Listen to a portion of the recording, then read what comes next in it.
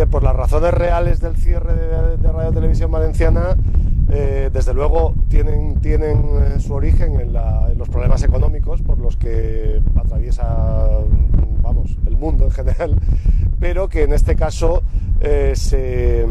han concretado de una manera bastante más radical. La gestión que los sucesivos directores generales han hecho de Radio Televisión Valenciana ha provocado pues una deuda multimillonaria. Son 1.200 millones de euros los que adeuda Radio Televisión Valenciana después de estos 25 años de funcionamiento, como te digo, básicamente por una mala gestión por parte de las direcciones generales. Esa es la razón original. Ahora bien, el remedio que se le quiso poner a esa situación fue absolutamente inapropiado, porque la Generalitat planteó un ERE para reducir el coste laboral de la empresa, que consistía en el despido pues, de 1.195 trabajadores, en base a unos criterios que luego la justicia determinó que eran ilegales. Entonces el TSJ se pronunció sobre ese ERE y dictó la nulidad del ERE. Esa decisión del TSJ provocó que Radio Televisión Valenciana tuviera que readmitir a todos los trabajadores despedidos y,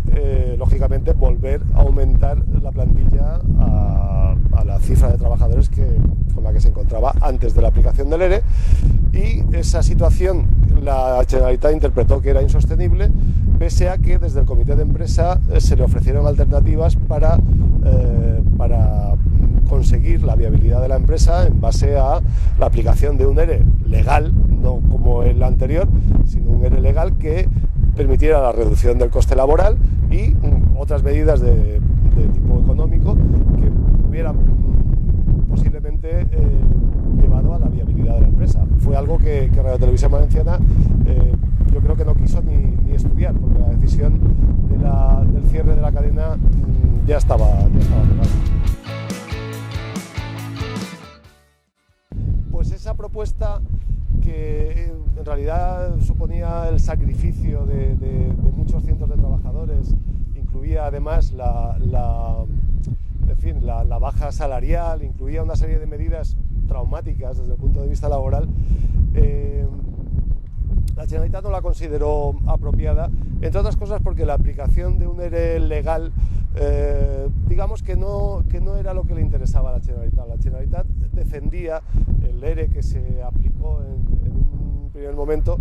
lo defendía como el mecanismo para deshacerse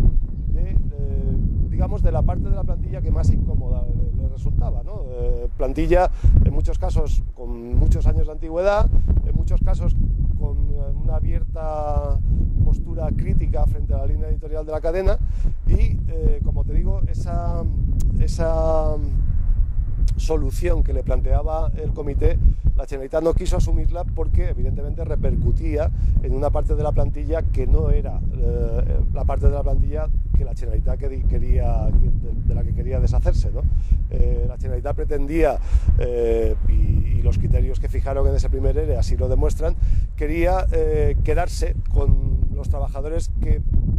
de alguna manera más se acomodaban a sus intereses y deshacerse de los trabajadores que plantábamos cara, así de sencillo.